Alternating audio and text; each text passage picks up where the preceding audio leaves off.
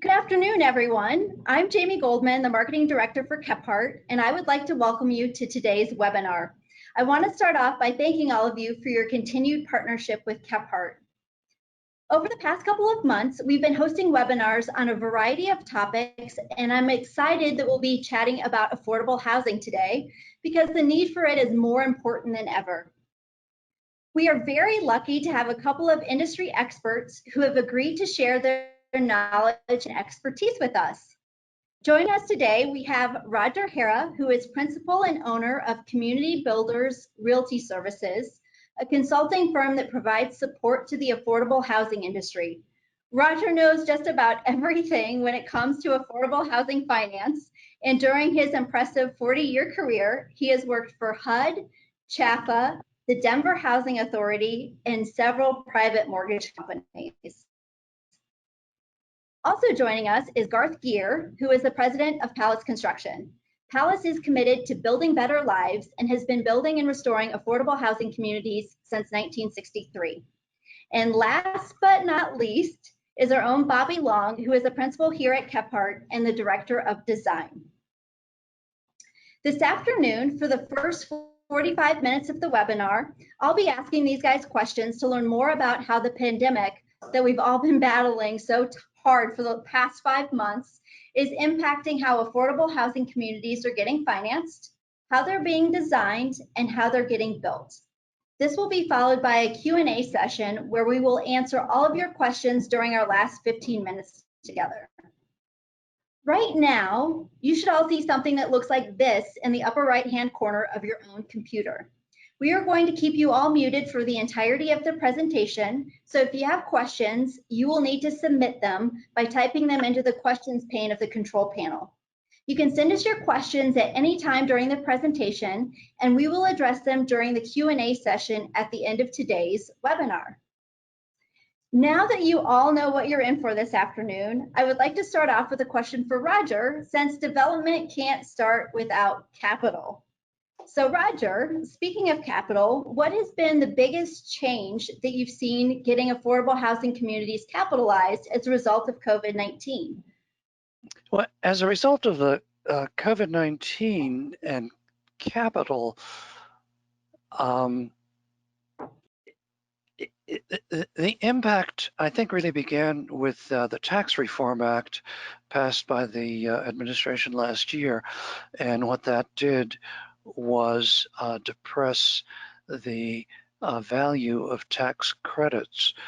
And so in terms of direct impact from COVID, I think the full impact has yet to be seen as demand for more affordable housing increases as a result of the job losses that COVID has occurred.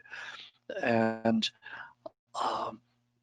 I guess a marginal sort of impact is some hesitance on the part of lenders to come into the marketplace. There are some construction lenders who heretofore have been very active, but are now sitting on the sideline waiting for the other shoe to drop, whatever that may be. The election, the economy, the changes in Congress, and fortunately, the Fed has kept interest rates low, so that has helped enhance feasibility when tax credit pricing has gone down and construction costs have remained high. And then I think there's a conservative feeling entering into lending where lenders are now asking for more reserves in anticipation of potential downside impacts from COVID. Okay, well, thanks for that. And I've got more questions for you coming up along those lines, but I want to switch gears over to design. So Bobby, as you've started to design more affordable housing communities coming out or being in this pandemic, what are some of the changes that you've been making? Well, I don't know if it's been like really dramatic changes. We've always been very efficient with how we design space and how they're worked through, just in the nature of affordable housing as it is.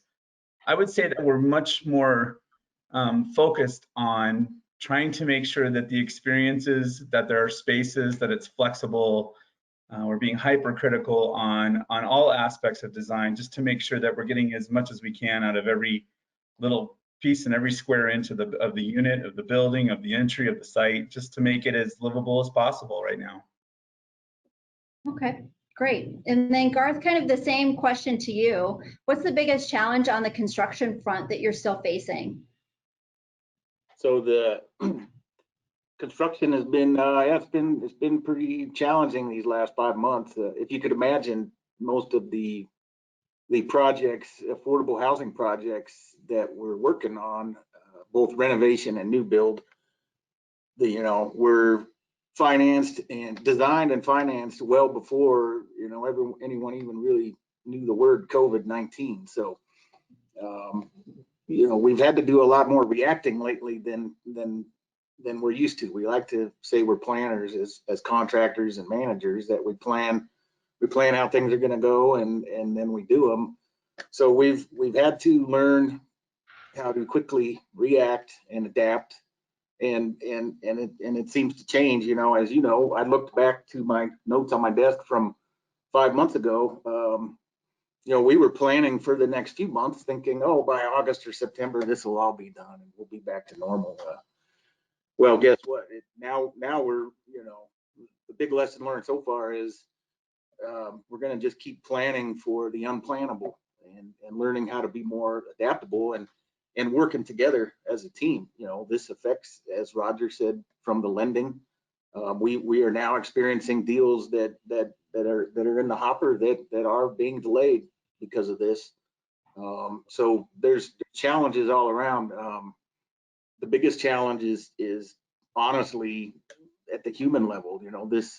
This virus is affecting everybody in one way or another, whether you're sick or whether you know someone that's sick, or whether you're just watch the news. It's stressful. It's adding a whole nother layer of stress to our workers, which is what we've been focusing on, is how do we, they're deemed essential, but that means we've got to keep moving forward as best we can. And there's a lot of stress that we're trying to alleviate, keep the morale up, keep the production up, which is being very difficult. So I think that's probably been, as through these, working on the 5th or 6th month, that's been the big challenge, is just finding ways to keep moving forward, and not letting this, break us down too much. So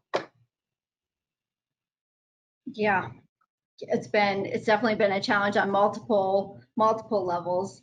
And speaking of challenges, I know some people have been having issues paying their rent, and many of us in the housing world are worried about the wave of evictions that might be coming. And I know the National Multifamily Housing Council recently released a report that had some optimistic news that stated that almost 80% of market rate apartment households made full or partial payments by August 6th, which is a decrease of just about 2% compared to last year, which was pretty good news to hear. And so, Roger, I'm wondering, what are you hearing about rent collections in the affordable housing market?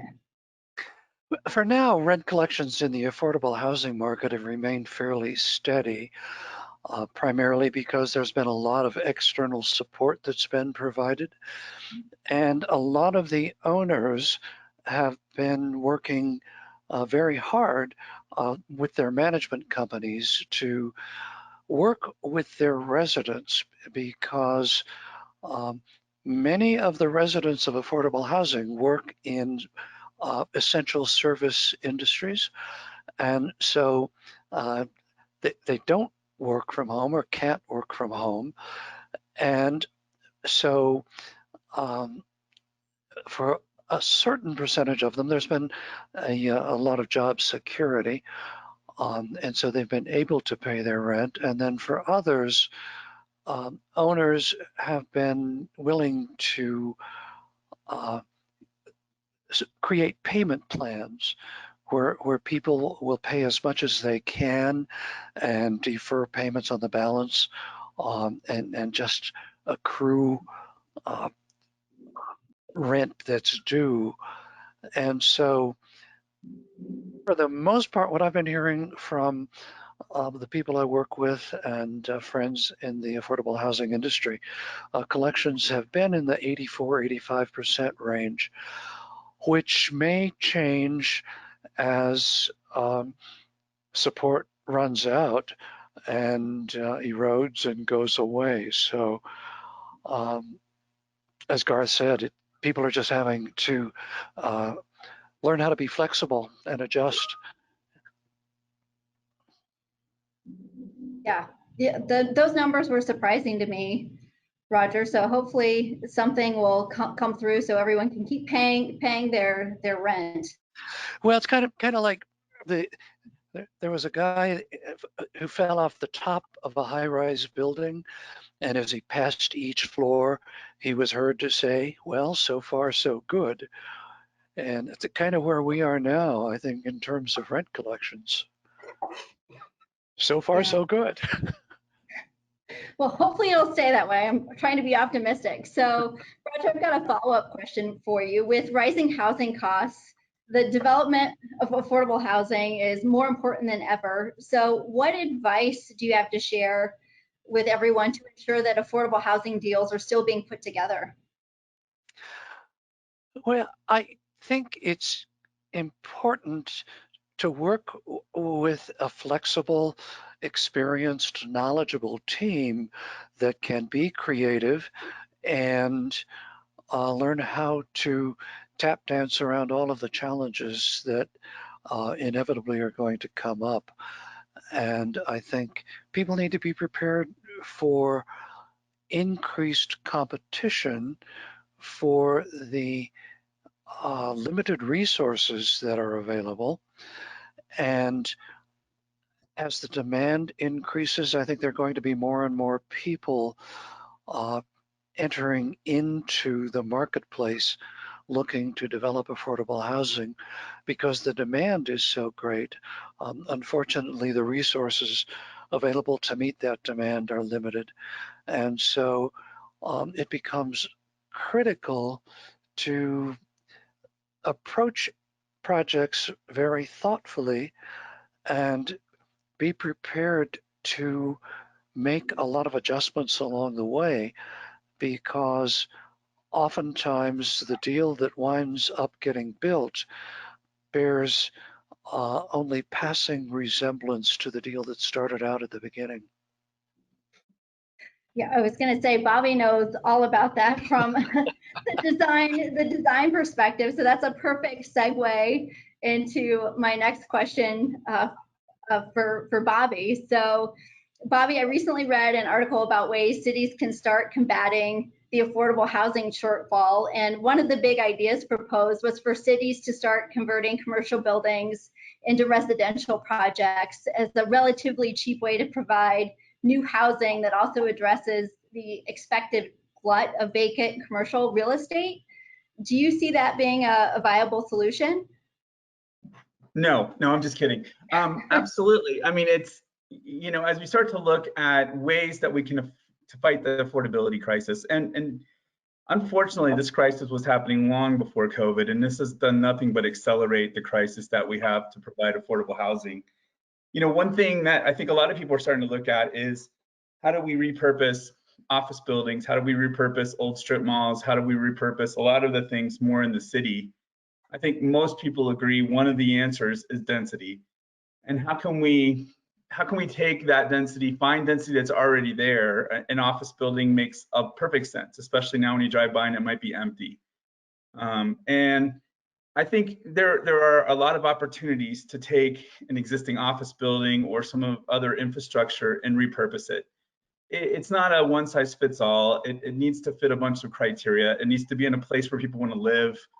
The building has to be, you know, have a certain amount of infrastructure, size, dimension, parking, all those things. But, you know, I think for the most part, relooking at some of those existing structures can be a really powerful way to really start to find ways to get affordability and get people into places that they need to live right now. And I think, again, this COVID has really heightened those expectations, and we need to really be able to think outside the box. What's intriguing is a lot of the cities and a lot of the finance folks and a lot of the hurdles that we may have hit last year are starting to be a little bit more receptive to those kind of crazier ideas, or what they consider crazy ideas about repurposing some of these things. So, hopefully there's, some of the good that can come out of it is that people really start to take this affordable housing crisis seriously, and we can really start to solve this problem. Got it. And then Bobby, do you have any other out of the box ideas that developers should be thinking about or exploring? Other ideas, I wish there was a magic bullet. I think what we're trying to do is just be creative with any opportunity that comes our way, any opportunity that our clients see. Even just driving down the street, kind of go, hey, what can we do with this site? Maybe this is one that might make sense. So there's something there that we can do to find a way to create that housing that again, we're so in desperate need of right now. Whether it's hybrid building types. We're looking at ways to do density in different ways that keeps the construction costs down, but yet maybe is able to push density without really affecting quality. I think continually from an architecture and design side, how do we make the buildings as efficient and clean and simple as possible? That certainly doesn't mean they don't look good. I think personally, the simpler and the cleaner buildings are more beautiful, but just being cognizant and intentional with everything that we do and thinking outside the box in every opportunity we can find. I think we all as an industry need to do that. It's kind of exciting, I think, to be honest. Well, good. Well, I'm glad we're finding some silver linings as a result of the pandemic. So Garth, on the high rise, the guy jumping off the high rise, and I don't think that's one of the buildings we're talking about, adaptive reuse. Put a balcony out there to catch him, so he gets it. Only makes it down about 6 floors, then we grab him, right? Oh boy. Well, All right. I think that's certainly an interesting concept, and maybe a silver lining that comes out of all of this as people working at home becomes more of a norm and office buildings lose occupancy. There have been a couple of very successful conversions of office buildings done. There's one in Lakewood that Metro West Housing did on West Alameda for family housing. And then there's a private developer who converted the old City of Aurora City Hall into senior housing, kind of naturally affordable without any sort of subsidies. But the only place God is making new land is in Hawaii, and you can't build on it until it cools and settles. And with the increasing political pushback against increased density, utilization of existing resources, I think, is going to become even more important as time goes by. Yeah, that's a great perspective, Roger. Thank you for sharing that. So moving to construction, Garth, I know that our friends in construction have been hit particularly hard by the pandemic with all the additional safety protocols that you've had to implement, in addition to the lost production and material delays that you've been experiencing. Are the production and material delays you've experienced starting to improve at all? Well, yeah, we've been hit hard. Thankfully though, we've been able to keep moving forward. Different kinds of jobs are getting impacted differently. New construction jobs are able to, I think, to keep on a forward path, not at maybe 100%, but almost 100%. Worker fatigue and more breaks, wearing masks fatigues people out. They need to breathe more. Slowed production a little. The heat has really affected that across the board. Where some of the bigger struggles have been dealing with some of the occupied renovations, because there's a need for new units, but also there's a lot of aging properties out there. We do a lot of that, renovating those where we've got workers and residents in the same building. Those challenges are going to continue, I think, for quite some time, and they're really slowing down progress. So on the new build side and the adaptive reuse or unoccupied renovation side, I think we've figured out a lot of ways to keep things moving at almost normal pace. We're still need more solutions for the occupied sites. They're struggling the most, I think, unfortunately, because we need to consider all avenues to keep affordable housing affordable, obviously. So the added costs of separating or building separation walls or slowing down construction, it's just adding money to the bottom line that nobody really wants to pay. It's not going in anyone's pockets, it's costing more money. But I do see that, as I mentioned before, all the stressors, I think, as we kind of learn that it's a new normal, maybe we'll figure out ways to alleviate the stress and just learn that some of these things we've got to build into the future and plan as best we can.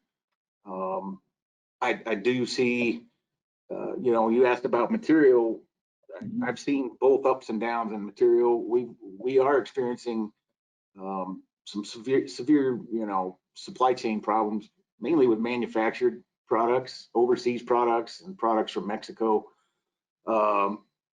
Possibly from the factories, plus the supply chains, just a slowdown. So appliances, fixtures, light fixtures, plumbing fixtures.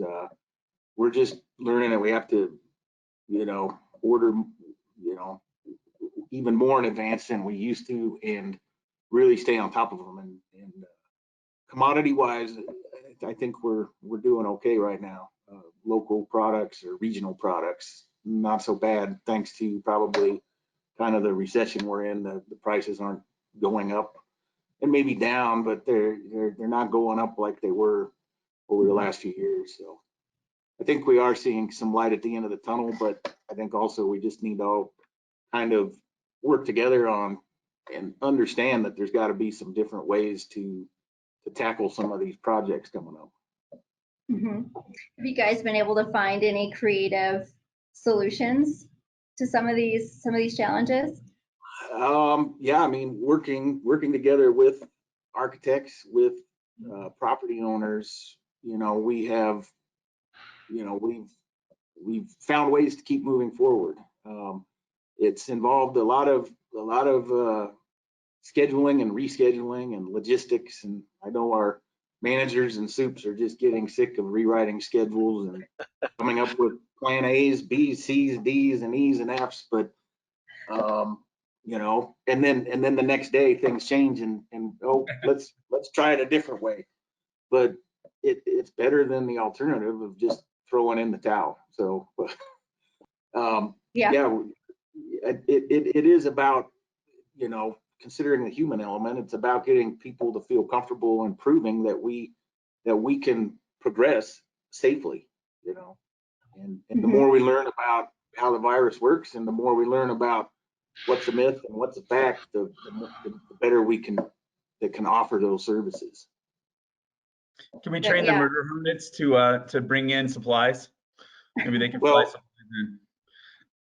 I think that their venom might cure the virus, but I don't know if that's out yet. So the murder hornets might be a solution. There is some dishwashers for you. Get ouchie on that. There you go. Well, I would say that's probably the biggest thing we've learned during all of this, is just learning how to be nimble and switch gears quickly, which I think has been one of the, if you're looking for bright sides of things, that's definitely one of the bright sides I think that we've experienced here in our office.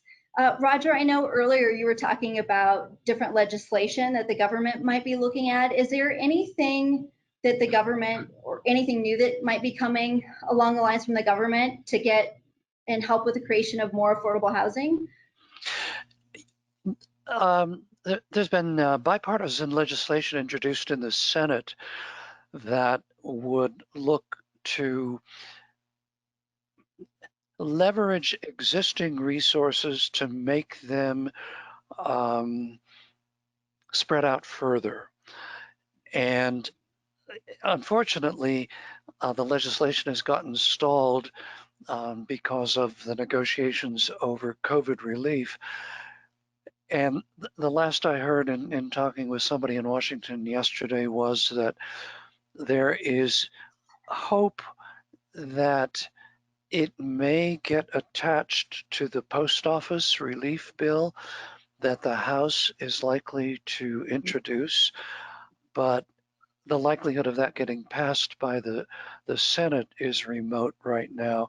But what the legislation would do is increase the utility of a private activity bond, a tax-exempt bond supply that is limited by statute right now to each state.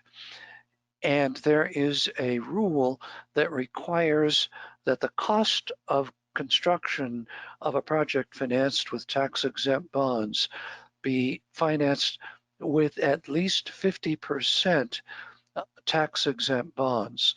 And so the proposed change would reduce that ratio from 50% to 25%, which would effectively quadruple the efficiency of the limited private activity bond authority that's available. Excuse me. And then the tax credit percentage right now for use of tax-exempt bonds is adjusted each month by the Treasury Department. And currently that number is 3.07 or 08. And the legislation would fix that number at 4% so that utilizing tax-exempt bonds to finance a project with that rate fixed at 4% rather than allowing it to float monthly would increase the amount of equity that could be raised from the sale of tax-exempt bonds by an additional 25%. So if those two elements were passed, it would leverage the current resource that's available through tax-exempt bonds and would leverage the amount of equity that could be raised with only a marginal impact on tax collections at the federal budgetary level. So if those happen, they would go a long way towards increasing the supply of affordable housing because of a change that was introduced 2 years ago that allows rent to be averaged between 30% and 80% of the area median income, so that there's a broad demographic cross-section of the marketplace who could qualify to live in an affordable unit, as long as the average rent for the whole project stayed at 60% of the AMI. So you combine those three elements and it would significantly increase the supply of affordable housing that could be produced. Great. I'll have to keep my eye on that to make sure that goes through. Is there anything that we can do to help make that happen? I think just keep putting pressure on our elected federal representatives, senators and congressmen, urging them to support the legislation because it benefits everybody regardless of political party, and helps the economy as well by creating jobs, stimulating employment, generating sales tax revenue, and so on. Yeah, definitely. Garth, so one of the things I keep hearing about, I keep hearing different opinions about construction costs and where those are heading. What do you see the future of the pricing for construction costs? I took my magic 8-ball and I threw it in the trash. It doesn't work anymore. I don't know if I tried to get a warranty claim on it, but that didn't work either. You keep saying the future is unclear. The you know, there's the pandemic created a recession. I read an article the other day that kind of suggested that maybe there were indicators that a recession was kind of going to happen anyway. The pandemic kind of accelerated it. So the irony of recession is costs usually, commodity goods, everything, the cost usually goes down, the interest rate goes down, like Roger was saying. Those things actually kind of maybe help leverage LIHTC money and other funding sources. It also helps keep construction costs down. Things like unemployment rate up to, I think, 14% also might, you know, when the federal assistance runs out, you know, I think that's going to help the labor market. I think that, I mean, I'm not an economist, but I would imagine, I don't think things are going to spike up here for a while. Of course, there's a lot of things happening here, elections, and we don't know. Like I said, we can't predict exactly when there's a vaccine, how it works, how long we've got to, you know, how investors and lenders are going to react to things and how quickly they're going to want to start moving. But and just the general public, the people that want that pay the rent, you know, how they're going to feel about these things. So I think that if I had my 8-ball back, I'd say that you know, I don't think we're going to see huge downturns, but I don't think we're going to see huge spikes. I think it's steady as she goes. Some materials we've seen people throwing out price increases, but I think overall, I think between material and labor, things are going to be a little bit steady. But I'd love to hear if someone's 8-ball is still working. I'd love to hear their opinion. Yeah, I don't know that anyone's it is. That's what caused my question, because I keep seeing differing opinions and reading different articles saying different things. And in fact, I saw one today talking about rising wood costs. So I don't know if you're seeing that or not.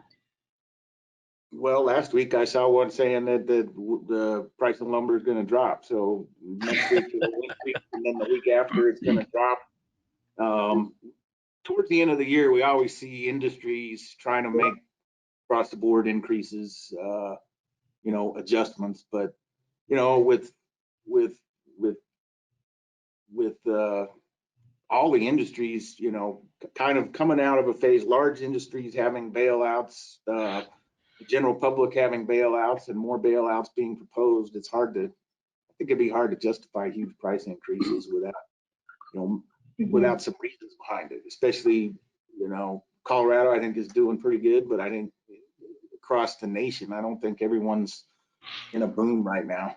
So we'll see.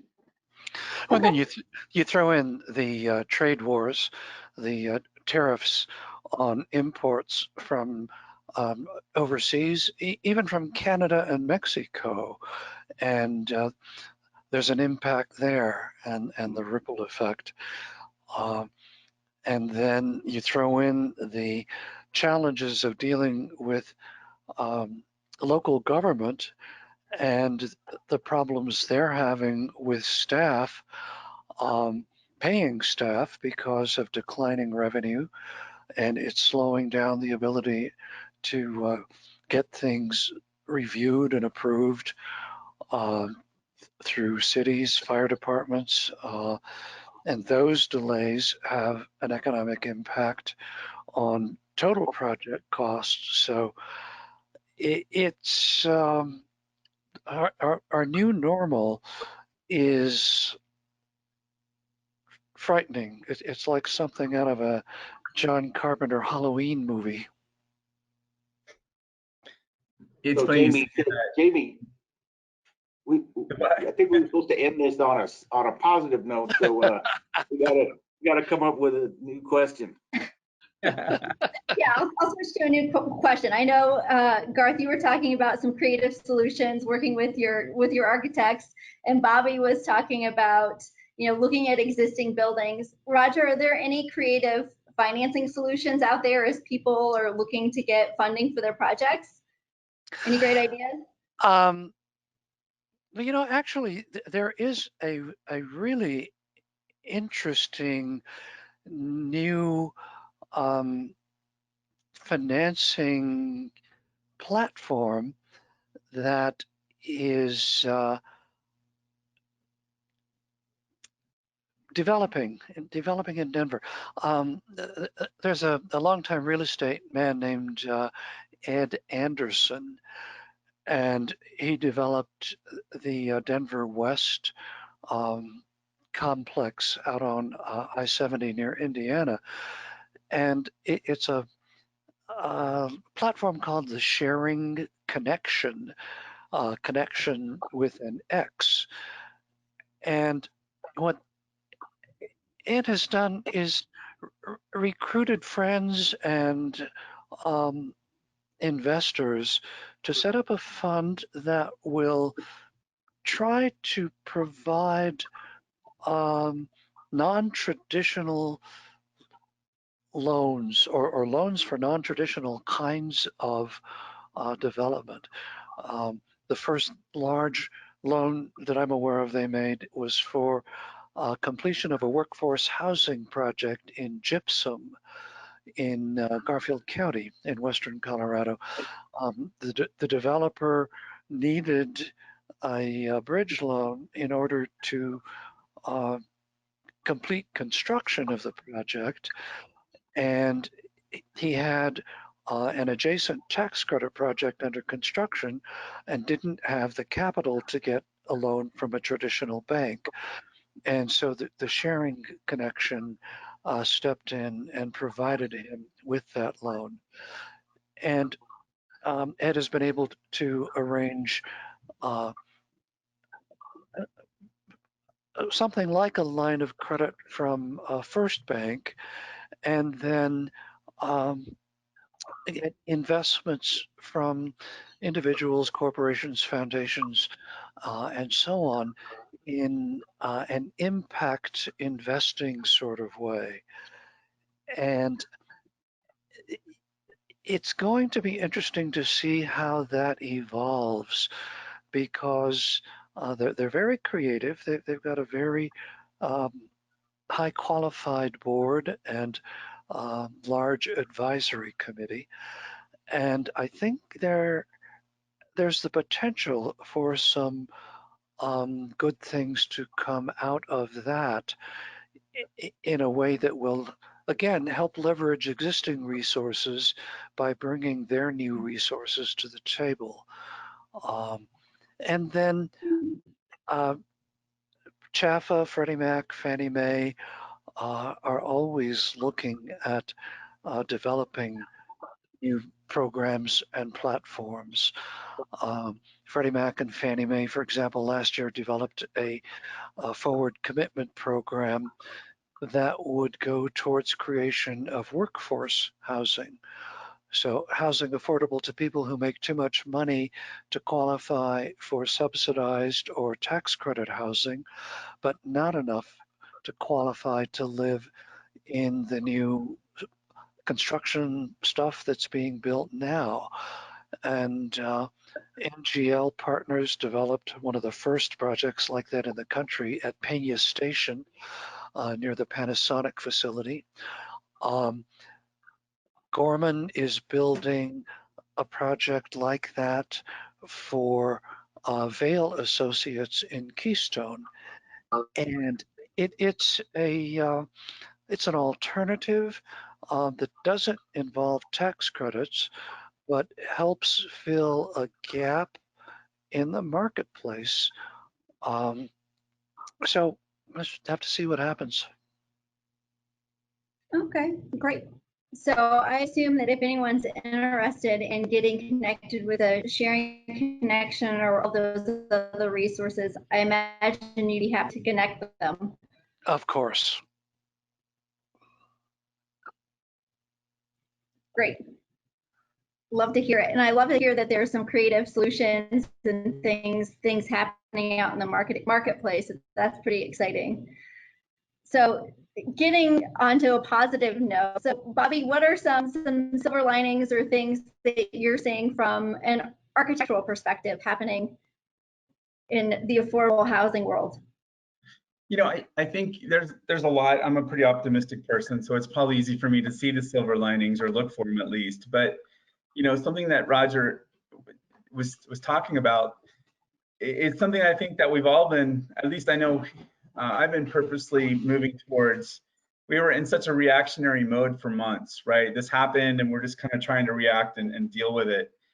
And I think we have, as people, as a country, as professionals, specifically in construction and design and housing, we're nimble. We know how to react and we know how to move and find ways to be proactive instead of reactive to things. And I think some of those examples that Roger shared really start to talk about how people are, at least the mindset I make up a story about is that they're moving away from, oh, woe is me, how do we react to this, to, okay, what can we do now? What can we do? How do we be proactive? How do we be positive about moving forward? And I think that attitude is one thing that we probably needed a little bit of a shakeup of, not just keep doing the same old that we've been doing for the last X years. You know, I love that we're starting to really focus on building great places for people to live. You know, I think we always had it. I think it kind of got a bit commoditized at some point. But as we start to be focused and have to be creative and we have to be efficient, the spaces, the places that these people get to live in, the way that we have to be clear about where we put light and windows and making sure that everybody has a balcony or outdoor space or access to places that allow them to do the things that they need to do to live, whether it be, you know, Roger even mentioned it, a lot of the people that live in these still have to go out and work. They're not working from home, but they might need the technology, they might need the spaces for their kids to go to school at home now as opposed to out at a school. And they need them to be safe. They need them to have access to telehealth, right? Not everybody can go out and go find a doctor. They need all of these things that we as architects and we as people providing housing really get to focus on that and really make sure that the places that we're building really enlighten people's lives and help reduce some of the stress that Garth was talking about, and really create a place where these people, anybody, can feel safe, they can feel secure, they can feel like they can let go of the stresses of the world and kind of move on with what they're trying to do in life. You know, and I think it's great that we get to talk about specific things. You know, how do we make kitchens better so people can cook more because people are cooking more at home? And how do we make sure that we're providing garden spaces so people can grow food? And how do we make sure that our outdoor spaces are allowing for people to connect in a socially distant way?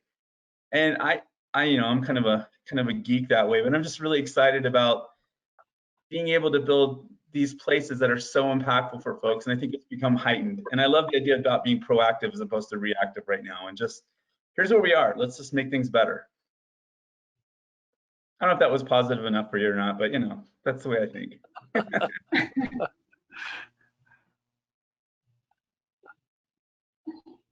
Yeah, I thought that was great. So I think it would be perfect to kind of open things up for a Q&A from everyone who's listening in. So we've got another 15 minutes left. And I've got a couple of questions that have come through. So one of them, again, Garth, this is for you and your magic 8-ball. So it says, you know, many developers believe that construction costs will decrease Do you see a drop in construction pricing coming?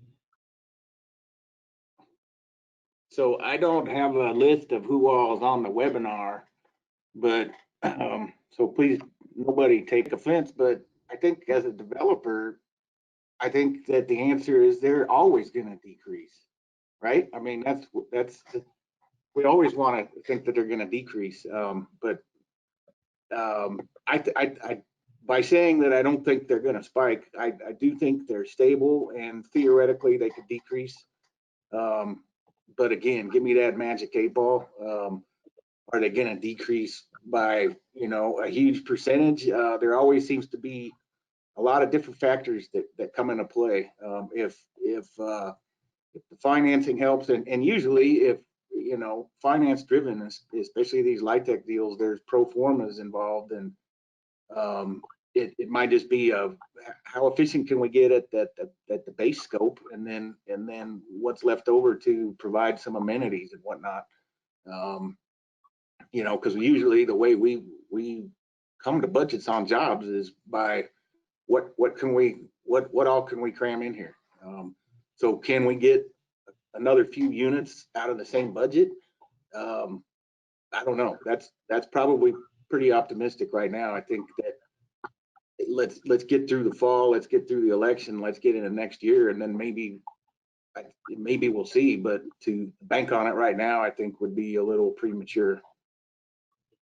It is exciting in a sense, or maybe it's a realm for optimism that we're not, the conversations as early or as late as 6 months ago, where is construction going up 8%, 10%, or 12% next year, right? I mean, those are the kind of conversations we were having, that maybe they're not going up, but maybe they're, I don't know, could we be as hopeful to say they're stabilized to some degree, maybe? Or, I think those spikes, not having those spikes, might be really optimistic to a lot of the developers, knowing that they can plan a little bit better, maybe understanding the finances.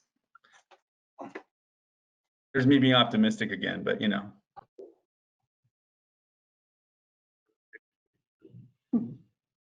Good. So this is another one that's probably more for Garth. So with the unemployment rate being so high, are you seeing more people interested in working in construction? Just, me personally, I have seen, we've seen some more availability. Unfortunately, we've seen some, people within the construction industry that are coming off jobs, and whoever they're working for decided not to keep them on board. There is a lot of times there's a seasonal slowdown.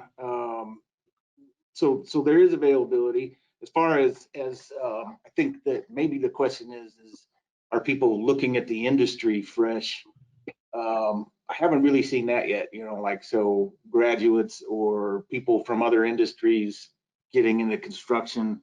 I think it's too early. I personally have not observed that yet, but because even though the industry has been kind of going along, I don't think it's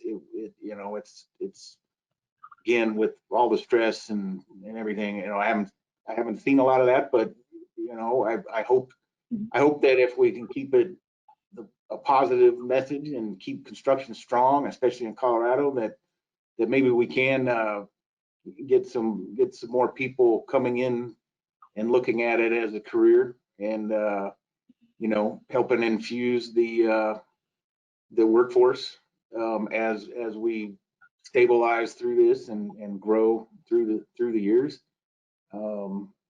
Yeah. Okay, great. And then Raj, I've got a question for you. So do you have any advice for developers who haven't done affordable housing before? Like, what are the first steps that they should pursue? Go to church, drop a Learn to few love coins. paperwork. Yeah, drop a few coins in the poor box, light a couple of candles, pray, and then either find an experienced partner who has done tax credit development before with whom to work, for-profit, nonprofit housing authority, or put together a very experienced team, attorney, accountant, architect, contractor, consultant, market analyst, people with tremendous depth of experience, because for the most part, there's a catch-22 in affordable housing development using low-income housing tax credits.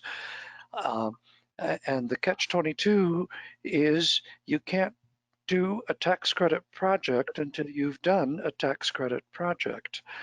And so experience vicariously in a partnership with a highly qualified and experienced partner, or with a very, very well qualified team are the ways that a novice developer coming out of conventional development could break into the affordable housing arena. And then who are the players that they should have on their team right away? I'm sorry, you broke up, Jamie. It's hard to understand you. Oh, sorry. Who should everyone have on their team right away?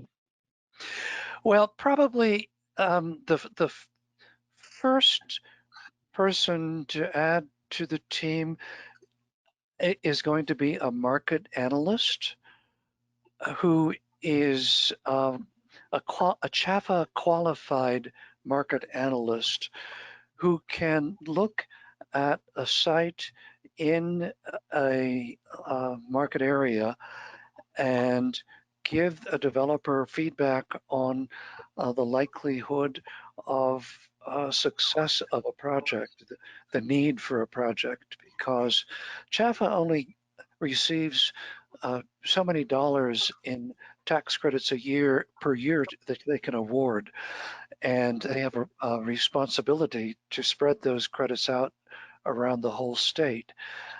And so the committee that reviews applications and allocates the distribution of the awards is going to look at where the need is the greatest. And an experienced market analyst is going to be able to help provide that kind of feedback.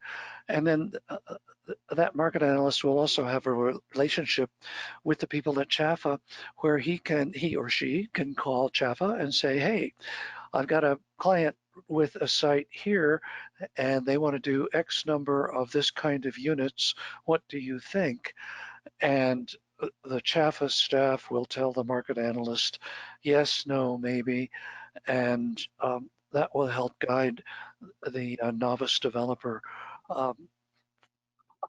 coming out of the gate before they go to the extent of hiring architect, contractor, consultant, and so on.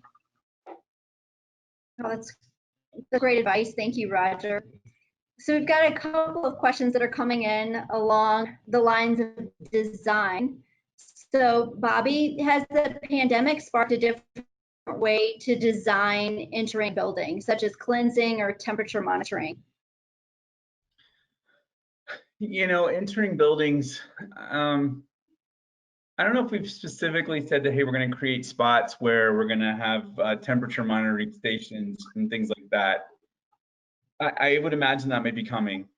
I think other than, you know, we have a lot of projects, whether they're under construction or at a point that are in design where we can't really make a lot of structural changes.